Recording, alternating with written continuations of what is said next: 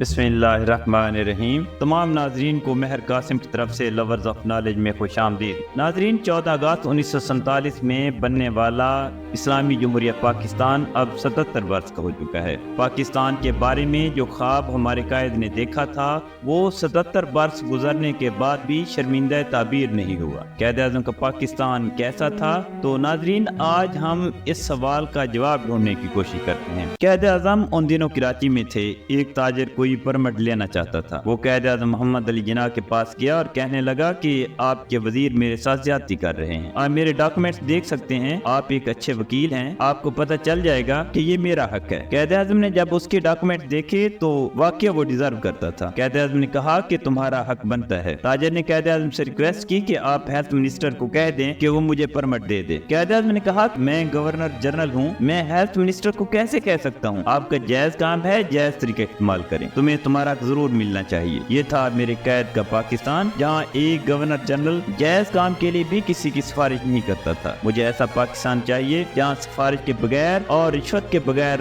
हर अमीर और गरीब का काम बिला तखसीस होता हो। नाजरीन, कायद आज़म मोहम्मद अली जिन्ना की डायरी में 38 रुपए का हिसाब लिखा हुआ है, जिसमें गवर्नर जनरल हाउस के लिए कुछ चीजें खरीदी गई थी। कायद आज़म मोहम्मद अली जिन्ना ने उनके सामने कुछ अशिया पर मार्क लगाए हुए थे। एक जगह पर उन्होंने मार्क किया हुआ था कि मेरे जाती अकाउंट से पैसे लिए जाएं। एक जगह पर यह लिखा हुआ था कि ये फातिमा जिन्ना के अकाउंट से पैसे लिए जाएं। कुछ 6-7 रुपए पर सर्कल किया हुआ था और नीचे कायद आज़म के साइन थे और ये लिखा हुआ था ठीक है, ये गवर्नमेंट के अकाउंट से पैसे लिए जाएं। कायद आज़म मोहम्मद अली जिन्ना ये समझते थे कि हर वो चीज जो मेरे जाती इस्तेमाल में है वो मेरी जाती है, वो गवर्नर जनरल के इस्तेमाल में नहीं हो सकती। जो मेरी बहन यहाँ गवर्नर जनरल हाउस में खर्च करती है वो उसके अकाउंट से लिए जाने चाहिए और सरकार के खजाने से नहीं लेने चाहिए। ये था मेरे कायद का पाकिस्तान, जहाँ अवाम का पैसा अवाम पर खर्च होता था। वो किसी बड़े साहब के कपड़े इस्त्री करने के लिए, जूते पॉलिश करने के लिए, शेविंग किट के लिए या उसके बच्चों के पैम्पर्स के लिए इस्तेमाल नहीं होते थे। एक बार बरतानवी हाई कमिश्नर कायद आज़म मोहम्मद अली जिन्ना को मिलने आया और दरखास्त की कि मुल्क बरतानिया का भाई पाकिस्तान तशरीफ ला रहा है, उनकी बेगम भी उनके साथ है। मेरी ख्वाहिश है कि आप पाकिस्तान एयरपोर्ट पे जाएं और उसका इस्तकबाल करें। कायद आज़म मोहम्मद अली जिन्ना ने फरमाया ठीक है, मैं चला जाता हूँ, लेकिन मेरी शर्त ये है कि जब मेरा भाई इंग्लैंड जाए तो मुल्क बरतानिया को उसका इस्तकबाल करना पड़ेगा। अगर आप तैयार हैं तो मैं भी तैयार हूँ। बरतानवी हाई कमिश्नर ने जब ये सुना तो कायद आज़म को सलाम किया और वापस चला गया। ये था मेरे कायद का पाकिस्तान, जहाँ बरतानिया या अमेरिका जैसे ताकतवर ममालिक से बराबरी की सतह पर बात की जाती थी। पाकिस्तान बनने से पहले कुछ मुसलमान लड़के जो किसी कॉलेज या यूनिवर्सिटी के स्टूडेंट थे, कायद आज़म मोहम्मद अली जिन्ना से मिलने के लिए आए। उन्होंने कहा हम आपके फैन हैं, जब पाकिस्तान बनेगा तो हम उस मुल्क के शहरी होंगे। कायद आज़म ने उनसे एक अजीब सवाल किया। नाज़रीन, ये दूसरी जंग अजीम का जमाना था।